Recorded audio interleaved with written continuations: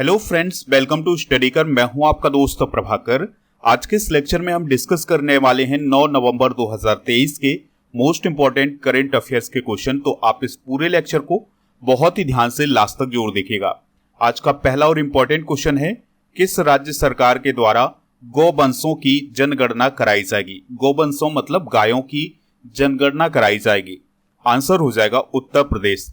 तो दोस्तों, उत्तर प्रदेश सरकार ने गौवंशों की वास्तविक संख्या का पता लगाने और उनके कल्याण के लिए योजना बनाने के लिए उनकी गणना कराने का निर्णय लिया है। यह कदम राज्य में लावारिस या आवारा मवेशियों की समस्या से निजात पाने के लिए उठाया गया है। दोस्तों, ये जो गणना होगी ये 3 श्रेणियों में की जाएगी, तो इस पॉइंट को भी आप नोट कर लीजिएगा। दोस्तों, सरकार की ओर से ये बताया गया है कि वर्तमान में 6,889 निराश्रित पशु प्रजनन स्थलों पर 11.89 लाख गायें संरक्षित की जा रही हैं। 2019 की पशुधन गणना के अनुसार उत्तर प्रदेश में मवेशियों की जो कुल संख्या बताई गई थी वो बताई गई थी 1.90 करोड़ से अधिक। तो इस डाटा को भी आप नोट कर सकते हैं। कुछ समय पहले गाय की नस्ल में सुधार करने के लिए उत्तर प्रदेश सरकार के द्वारा नंदिनी कृषक समृद्धि योजना को भी शुरू किया गया था। तो ये भी बहुत ही इंपॉर्टेंट योजना है उत्तर प्रदेश की। चलिए दोस्तों, कुछ राज्यों की प्रमुख योजनाएं डिस्कस कर लेते हैं। जैसे गृह लक्ष्मी योजना कर्नाटक से और शक्ति योजना ये भी कर्नाटक से ही रिलेटेड है। मिशन शक्ति स्कूटर योजना ओडिशा से, नंद बाबा दुग्ध मिशन योजना उत्तर प्रदेश से, शासन आपाल्यादारी पहल महाराष्ट्र से, ग्रामीण आवास न्याय योजना छत्तीसगढ़ से रिलेटेड है। इसके अलावा लाडली बहना योजना मध्य प्रदेश से, अबुआ आवास योजना झारखंड राज्य से रिलेटेड है। तो दोस्तों, ये हैं हाल ही में शुरू की गई कुछ प्रमुख योजनाएं। इनको आप नोट कर लीजिएगा, एग्जाम की दृष्टि से महत्वपूर्ण है। आप इस पूरे लेक्चर को बहुत ही ध्यान से लास्ट तक देखिएगा। लास्ट में आपसे एक क्वेश्चन पूछा जाएगा जिसका आंसर कमेंट बॉक्स में देना है। अगर आप चैनल पर पहली बार आए हैं तो सब्सक्राइब कर लें, बेल आइकन भी दबा लें जिससे आपको समय पर और सबसे पहले नोटिफिकेशन मिल सकेगा। पीडीएफ के लिए आप हमारे टेलीग्राम चैनल से जुड़ जाइएगा। आपको टेलीग्राम पर जाना है, स्टडी कर ऑफिशियल सर्च करना है तो हमारा चैनल मिल जाएगा, और इस चैनल को ज्वाइन करना है तो आपको पीडीएफ भी मिल जाएगा। आपके लिए एक इन्फॉर्मेशन है कि जो अक्टूबर माह की ई बुक है वो अब लॉन्च हो चुकी है, तो उसे आप ऐप से प्राप्त कर सकते हैं। सबसे पहले आपको ऐप डाउनलोड करना है। ऐप आप 2 माध्यम से डाउनलोड कर सकते हैं, या तो नीचे डिस्क्रिप्शन बॉक्स में जो लिंक दी गई है वहां से डाउनलोड कर सकते हैं, या फिर प्ले स्टोर पर आप जाइए, स्टडी कर आप सर्च करिए तो हमारा जो ऐप है वो मिल जाएगा। इस ऐप को इंस्टॉल कर लीजिएगा। जैसे आप इंस्टॉल करेंगे तो कुछ इस प्रकार का इंटरफेस दिखाई देगा। आप ई बुक पर जाएंगे तो आपको अक्टूबर माह की, सितंबर माह की जो ई बुक है वो मिल जाएगी, तो यहां से आप इसको प्राप्त कर सकते हैं। इसके अलावा हमारी जो वेबसाइट है उसके माध्यम से भी आप डायरेक्ट प्राप्त कर सकते हैं ई बुक को। वेबसाइट का जो लिंक है वो डिस्क्रिप्शन बॉक्स में दिया गया है। दोस्तों, आपके लिए एक व्हाट्सएप चैनल भी बनाया गया है, तो व्हाट्सएप चैनल से भी आप जुड़ जाइएगा। इसका लिंक डिस्क्रिप्शन बॉक्स में दिया गया। नेक्स्ट क्वेश्चन है, विश्व रेडियोग्राफी दिवस कब मनाया गया है? तो 8 नवंबर को विश्व रेडियोग्राफी दिवस मनाया जाता है। तो हर साल 8 नवंबर को विश्व रेडियोग्राफी दिवस मनाया जाता है। तो स्वास्थ्य देखभाल प्रणाली में रेडियोलॉजी के महत्व पर जोर देने के लिए यह दिवस मनाया जाता है। 2023 की थीम है सेलिब्रेटिंग पेशेंट सेफ्टी। रेडियोग्राफी की मदद से डॉक्टर एक्सरे तकनीक से शरीर की बीमारियों के बारे में पता लगाते हैं। याद रखिएगा कि यह दिवस पहली बार 2012 में मनाया गया था। इस दिवस को मनाने के पीछे कारण क्या है? तो 8 नवंबर 1895 को विल्हेम कॉनराड रोंटगन के द्वारा एक्स किरणों की खोज की गई थी। तो इसी खोज को याद रखने के लिए यह दिवस मनाया जाता है। याद रखिएगा कि ये जो रोंटगन हैं, इन्हें इसी खोज के लिए 1901 में भौतिकी का नोबेल पुरस्कार दिया गया था। दोस्तों, यहाँ पर एक्स किरणों की बात आई थी तो कुछ प्रमुख किरणें और उनके खोजकर्ता भी डिस्कस कर लेते हैं। जैसे गामा किरणों की खोज बैकुरल के द्वारा, अवरक्त किरणों की खोज हर्सेल के द्वारा, पराबैंगनी किरणों की खोज रिचर के द्वारा, एक्स किरणों की खोज अभी हमने डिस्कस की है रोंटगन के द्वारा, और जो दीर्घ किरणें हैं उनकी खोज मार्कोनी के द्वारा, दृश्य किरणों की खोज न्यूटन के द्वारा, और जो लघु तरंगे हैं उनकी खोज हर्ट्ज के द्वारा की गई है। चलिए अब हम नवंबर माह में अब तक मनाए गए महत्वपूर्ण दिवस डिस्कस कर लेते हैं। तो 1 नवंबर को हरियाणा, मध्य प्रदेश, आंध्र प्रदेश, छत्तीसगढ़, केरल और कर्नाटक का स्थापना दिवस मनाया गया है। 2 नवंबर को पत्रकारों के विरुद्ध अपराधों के लिए दंड मुक्ति समाप्त करने के लिए अंतर्राष्ट्रीय दिवस मनाया गया है। 5 नवंबर को विश्व सुनामी जागरूकता दिवस मनाया गया है। 7 नवंबर को राष्ट्रीय कैंसर जागरूकता दिवस और 7 नवंबर को ही शिशु सुरक्षा दिवस मनाया गया है। 8 नवंबर को विश्व शहरीकरण दिवस भी मनाया जाता है। नेक्स्ट क्वेश्चन है, किस मंत्रालय ने महिला सैनिकों को समान मातृत्व और शिशु देखभाल अवकाश को स्वीकृति दी है? आंसर हो जाएगा इसका मिनिस्ट्री ऑफ डिफेंस, यानी रक्षा मंत्रालय के द्वारा अभी हाल ही में ये निर्णय लिया गया है कि जिस प्रकार से सेना में जो महिला अधिकारी होती हैं उन्हें मातृत्व अवकाश मिलता है, उसी प्रकार से अब महिला सैनिकों को भी मातृत्व अवकाश मिलेगा। यानी कि जितना महिला अधिकारियों को मातृत्व अवकाश मिलता था, अब महिला सैनिकों को भी उतना ही अवकाश मिलेगा। तो रक्षा मंत्रालय ने महिला सैनिकों, नाविकों और वायु सैनिकों के लिए ये नियम लागू किए हैं।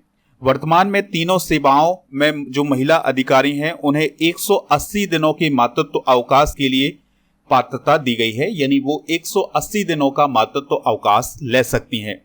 तो अब इसी प्रकार का जो अवकाश है वो अब महिला सैनिकों को भी मिलेगा।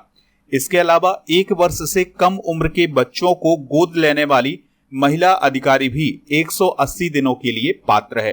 तो ये कुछ नियम है। अब ये जो नियम है ये महिला अधिकारियों के लिए और महिला सैनिकों के लिए, दोनों के लिए बराबर होंगे। दोस्तों, रक्षा से संबंधित कुछ इंपॉर्टेंट करंट अफेयर्स डिस्कस कर लेते हैं। तो भारतीय नौसेना के स्वदेशी मिसाइल विध्वंसक पोत सूरत का अभी हाल ही में सूरत, गुजरात में अनावरण किया गया है। दोस्तों, अभी हाल ही में अमेरिका की सेना के द्वारा मिनयूट मैन 3rd मिसाइल का सफल परीक्षण किया गया है। भारतीय वायुसेना के द्वारा MiG-21 बाइसन लड़ाकू विमान को अभी हाल ही में रिटायर किया गया है। दोस्तों, भारतीय नौसेना के लिए 26 राफेल जेट खरीदे जाएंगे। भारत और कजाकिस्तान के बीच अभ्यास काजिंद 2023 का आयोजन ओटार, कजाकिस्तान में किया जा रहा है। नेक्स्ट क्वेश्चन है, ग्लोबल रिस्पॉन्सिबल टूरिज्म अवार्ड 2023 किस राज्य के रिस्पॉन्सिबल टूरिज्म मिशन को प्राप्त हुआ है? आंसर हो जाएगा केरल। तो दोस्तों, अभी हाल ही में ग्लोबल रिस्पॉन्सिबल टूरिज्म अवार्ड 2023 के 8 विजेताओं की घोषणा की गई है, जिसमें भारत से केरल रिस्पॉन्सिबल टूरिज्म मिशन और गुजरात से सोवर एक्सर्सन को शामिल किया गया है। दोस्तों, अगर हम केरल रिस्पॉन्सिबल टूरिज्म मिशन की बात करें तो इसे स्थानीय सोर्सिंग, शिल्प और खाद्य श्रेणी में अवार्ड दिया गया है, जबकि सोवर एक्सर्सन ने सार्थक कनेक्शन के लिए सर्वश्रेष्ठ श्रेणी के तहत अवार्ड जीता है। ग्लोबल रिस्पॉन्सिबल टूरिज्म अवार्ड की बात करें तो इसकी स्थापना रिस्पॉन्सिबल टूरिज्म पार्टनरशिप और international centre for responsible tourism के द्वारा की गई थी। और ये जो अवार्ड है ये 6 कैटेगरी में दिया जाता है। तो इस साल 6 कैटेगरी में 8 विजेताओं को यह अवार्ड दिया गया है और यह जो अवार्ड है ये टूरिज्म के क्षेत्र में दिया जाता है। हाल ही में प्रदान किए गए कुछ प्रमुख पुरस्कार भी डिस्कस कर लेते हैं। जैसे बिहान तल्या को अभी wild life photographer of the year चुना गया है। नीता अंबानी को USISPF ग्लोबल लीडरशिप अवार्ड 2023 के लिए चुना गया है। अजय चक्रवर्ती को पश्चिम बंगाल में दुर्गा भारत सम्मान से सम्मानित किया गया है। महसा अमीनी को सखारो पुरस्कार 2023 दिया गया है। क्लाउडिया गोल्डन को अर्थशास्त्र का नोबेल पुरस्कार मिला है। डॉक्टर जोइता गुप्ता को स्पिनोजा पुरस्कार दिया गया है, जो कि नीदरलैंड का पुरस्कार है। दोस्तों, जॉन फॉसे को 2023 का साहित्य का नोबेल पुरस्कार मिला है। सुधा मूर्ति को ग्लोबल इंडियन अवार्ड 2023 से सम्मानित किया गया है, जबकि स्वाति नायर को नॉर्मन वोरलॉक फील्ड अवार्ड 2023 से सम्मानित किया गया है। क्वेश्चन है, अंतर्राष्ट्रीय वित्तीय सेवा केंद्र प्राधिकरण से पंजीकरण प्राप्त करने वाली पहली जीवन बीमा कंपनी कौन बन गई है? आंसर हो जाएगा इसका India first life insurance company. तो जो India first life insurance company है, इसको अभी हाल ही में अंतर्राष्ट्रीय वित्तीय सेवा केंद्र प्राधिकरण में रजिस्ट्रेशन प्राप्त हो गया है।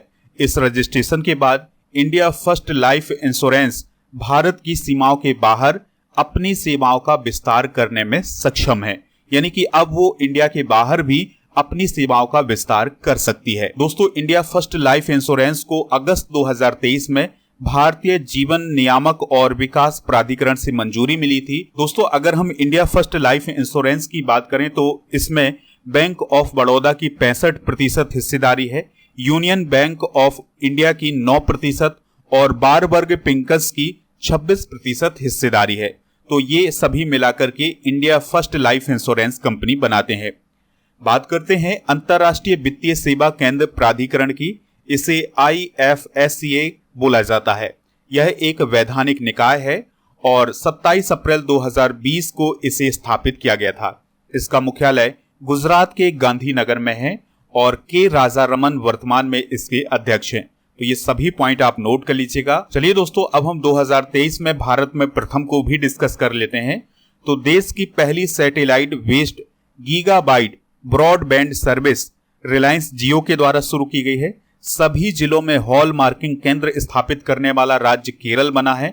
भारत की पहली क्षेत्रीय आर्टिफिशियल न्यूज एंकर का नाम लिसा है।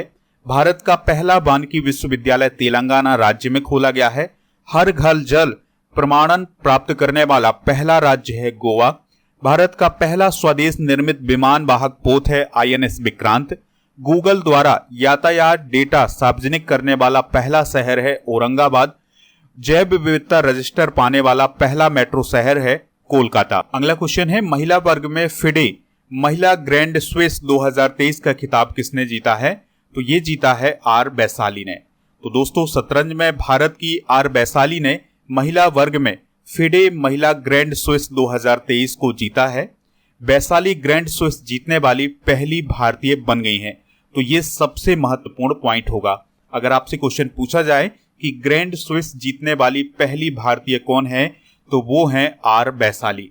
इसके अलावा जो विदित गुजराती हैं, उन्होंने फिडे ग्रैंड स्विस में सर्बिया के अलेक्जेंडर फ्रेडके को हरा करके ओपन वर्ग में शीर्ष स्थान हासिल किया है और अपनी 7वीं जीत दर्ज की है। दोस्तों, इन दोनों खिलाड़ियों ने अप्रैल 2024 में कनाडा में होने वाले कैंडिडेट्स टूर्नामेंट के लिए भी क्वालिफाई कर लिया है। यहाँ पर बात आ रही थी फिडे की। तो फिडे का फुल फॉर्म होता है इंटरनेशनल चेस फेडरेशन। इसकी स्थापना 20 जुलाई 1924 को हुई थी। मुख्यालय इसका लुसाने स्विट्जरलैंड में है। इसके सदस्यों की संख्या है 200। इसके वर्तमान में अध्यक्ष हैं अर्कडी ड्योकोरविच और उपाध्यक्ष हैं विश्वनाथन आनंद। और दोस्तों, जो विश्वनाथन आनंद हैं, ये भारत के पहले ग्रैंड मास्टर भी हैं। इसको आप नोट कर लीजिएगा। स्पोर्ट्स से रिलेटेड कुछ इंपॉर्टेंट करंट अफेयर्स डिस्कस कर लेते हैं। तो क्रिकेट के 146 साल के इतिहास में टाइम आउट होने वाले पहले बल्लेबाज कौन है? श्रीलंका के एंजेलो मैथ्यूज। सचिन तेंदुलकर की 49 वनडे की शतक की बराबरी करने वाले बल्लेबाज कौन बने हैं? विराट कोहली। विश्व कप में सबसे तेज शतक ऑस्ट्रेलिया के ग्लेन मैक्सवेल ने बनाया है। इन्होंने 40 गेंदों में शतक बनाया है। इंग्लैंड के डेविड विली ने अभी हाल ही में इंटरनेशनल क्रिकेट से संन्यास ले लिया है। मुंबई के वानखेड़े स्टेडियम में सचिन तेंदुलकर की प्रतिमा का अभी हाल ही में अनावरण किया गया है। सऊदी अरब 2034 फीफा विश्व कप की मेजबानी करेगा। लियोनेल मेसी ने 8वीं बार बैलन डी ओर पुरस्कार अभी हाल ही में जीता है। और लियोनेल मेसी को आप याद रखिएगा, ये अर्जेंटीना से संबंधित हैं। नेक्स्ट क्वेश्चन है, साब किस देश की कंपनी है जो भारत में रक्षा क्षेत्र में 100% FDI की मंजूरी पाने वाली पहली विदेशी कंपनी बन गई है? आंसर हो जाएगा स्वीडन। तो स्वीडिश रक्षा कंपनी है साब। तो रक्षा क्षेत्र में 100% FDI के लिए भारत सरकार की मंजूरी पाने वाली पहली विदेशी कंपनी बन गई है। दोस्तों, यह मंजूरी हरियाणा में फैक्ट्री की स्थापना करने के लिए की गई है और इस फैक्ट्री में anti armour, anti tank, bunker और Carl Gustaf M4 rocket launcher का निर्माण किया जाएगा। FDI प्रस्ताव का मूल्य लगभग 500 करोड़ बताया गया है। अब हम बात करते हैं FDI की। तो FDI को फॉरेन डायरेक्ट इन्वेस्टमेंट बोला जाता है। तो ये FDI है क्या है, इसको हम समझते हैं। तो किसी एक देश की कंपनी का दूसरे देश में किया गया निवेश प्रत्यक्ष विदेशी निवेश कहलाता है, यानी FDI कहलाता है। उदाहरण के तौर पर हम समझते हैं कि अमेरिका की कोई कंपनी है और वो इंडिया की किसी भी कंपनी में इन्वेस्टमेंट करती है, तो इसे हम FDI बोलते हैं। ऐसे निवेश से निवेशकों को दूसरे देश की उस कंपनी के प्रबंधन में कुछ हिस्सा हासिल हो जाता है जिसमें उसका पैसा लगता है। यानी कहने का मतलब ये हुआ कि जो अमेरिका की कंपनी ने इंडिया की कंपनी में इन्वेस्टमेंट किया था, तो इस इंडिया की कंपनी में इस अमेरिका की कंपनी को मैनेजमेंट में कुछ हिस्सा हासिल हो जाएगा। अगला क्वेश्चन है, पर्यटन को बढ़ावा देने हेतु हॉट बैलून परियोजना का उद्घाटन किस राज्य में किया गया है? तो हरियाणा राज्य में किया गया है। तो हरियाणा के चीफ मिनिस्टर मनोहर लाल खट्टर ने राज्य में पर्यटन की संभावनाओं को बढ़ावा देने के उद्देश्य से 8 नवंबर 2023 को पिंजौर में हॉट एयर बैलून परियोजना का उद्घाटन किया है। इस हॉट एयर बैलून परियोजना में फिलहाल 35 मिनट की राइडिंग के लिए 13,000 रुपए का शुल्क रखा गया है। दोस्तों, इसके अलावा सीएम खट्टर ने यमुनानगर में वाटर स्पोर्ट्स और अटल थीम पार्क का उद्घाटन भी किया है। तो ये कुछ उद्घाटन किए गए हैं सीएम मनोहर लाल खट्टर के द्वारा। हरियाणा से रिलेटेड कुछ इंपॉर्टेंट करंट अफेयर्स डिस्कस कर लेते हैं। तो हरियाणा राज्य में अभी हाल ही में हुक्का बार पर प्रतिबंध लगाया गया है। हरियाणा की टीम ने 48वीं नेशनल जूनियर वॉलीबॉल चैंपियनशिप में गोल्ड मेडल जीता है। उत्तर भारत का पहला परमाणु संयंत्र गोरखपुर हरियाणा में बनेगा। केंद्रीय मंत्री अमित शाह ने हरियाणा की पुलिस को प्रेसिडेंट्स कलर पुरस्कार प्रदान किया है। भारतीय रेलवे ने हरियाणा में 100% रेल विद्युतीकरण हासिल किया है। तो ये है हरियाणा से रिलेटेड कुछ इंपॉर्टेंट करंट अफेयर्स। दोस्तों, हरियाणा की बेसिक जानकारी भी डिस्कस कर लेते हैं। तो 1 नवंबर 1966 को हरियाणा की स्थापना हुई थी। राजधानी इसकी चंडीगढ़ है। राज्यपाल हैं बंडारू दत्तात्रेय। मुख्यमंत्री हैं मनोहर लाल खट्टर। विधानसभा की 90, राज्यसभा की 5 और लोकसभा की 10 सीटें हैं। अगला क्वेश्चन है, वर्ल्ड ट्रैवल मार्केट का आयोजन कहां किया गया है जिसमें केंद्रीय पर्यटन मंत्रालय ने भाग लिया था? आंसर हो जाएगा लंदन में। तो लंदन में वर्ल्ड ट्रैवल मार्केट का आयोजन किया गया था और इसमें हमारे देश के केंद्रीय पर्यटन मंत्रालय ने भाग लिया था। तो 6 से 8 नवंबर तक वर्ल्ड ट्रैवल मार्केट 2023 का आयोजन लंदन में किया गया है। और दोस्तों, इसमें भारत की जो थीम थी वो क्या थी? अतुल्य भारत, भारत भ्रमण वर्ष 2023। तो ये इसकी थीम थी। तो इस थीम के साथ इस वर्ल्ड ट्रैवल मार्केट में भारत के द्वारा भारतीय मंडप का निर्माण किया गया था। तो एक पॉइंट और याद रखिएगा, 27 सितंबर को विश्व पर्यटन दिवस भी मनाया जाता है। इस पॉइंट को भी आप नोट कर लीजिएगा। नेक्स्ट क्वेश्चन है, राष्ट्रपति द्रौपदी मुर्मू ने किस राज्य या केंद्र शासित प्रदेश में पार्वती भवन, नवदुर्गा पथ, स्काई वॉक परियोजना का उद्घाटन किया है? आंसर हो जाएगा जम्मू कश्मीर। तो दोस्तों, राष्ट्रपति द्रौपदी मुर्मू ने जम्मू और कश्मीर के रियासी जिले में श्री वैष्णो माता मंदिर में 250 मीटर लंबे नवदुर्गा पथ, स्काई वॉक और पुनर्निर्मित पार्वती भवन का उद्घाटन किया है। चलिए दोस्तों, कल के करंट अफेयर्स को रिवाइज करते हैं, फिर इसके बाद जनरल नॉलेज के पिटारे को डिस्कस करेंगे। लास्ट में पूछेंगे आपसे एक क्वेश्चन जिसका आंसर कमेंट बॉक्स में देना है। तो भारत के मुख्य सूचना आयुक्त कौन बने हैं? आंसर हो जाएगा हीरालाल सामरिया। कौन सा देश अंतर्राष्ट्रीय सौर गठबंधन का 95वां सदस्य बना है? चिली। राष्ट्रीय कैंसर जागरूकता दिवस कब मनाया जाता है? 7 नवंबर को। भारत अमेरिका के किस शहर में नया वाणिज्य दूतावास खोलेगा? सिएटल शहर में। हाल ही में यूएनईपी ने चैंपियन ऑफ द अर्थ पुरस्कार 2023 से किसे सम्मानित किया है? तो जोसेफिना बेल मोंटे और फंडाको एलन मैकार्थर और जोस मैनुअल मोलर, इन सभी को सम्मानित किया गया है। किस राज्य सरकार ने मेडिकल के कॉलेजों में हिंदी एमबीबीएस पाठ्यक्रम शुरू करने की घोषणा की है? उत्तराखंड।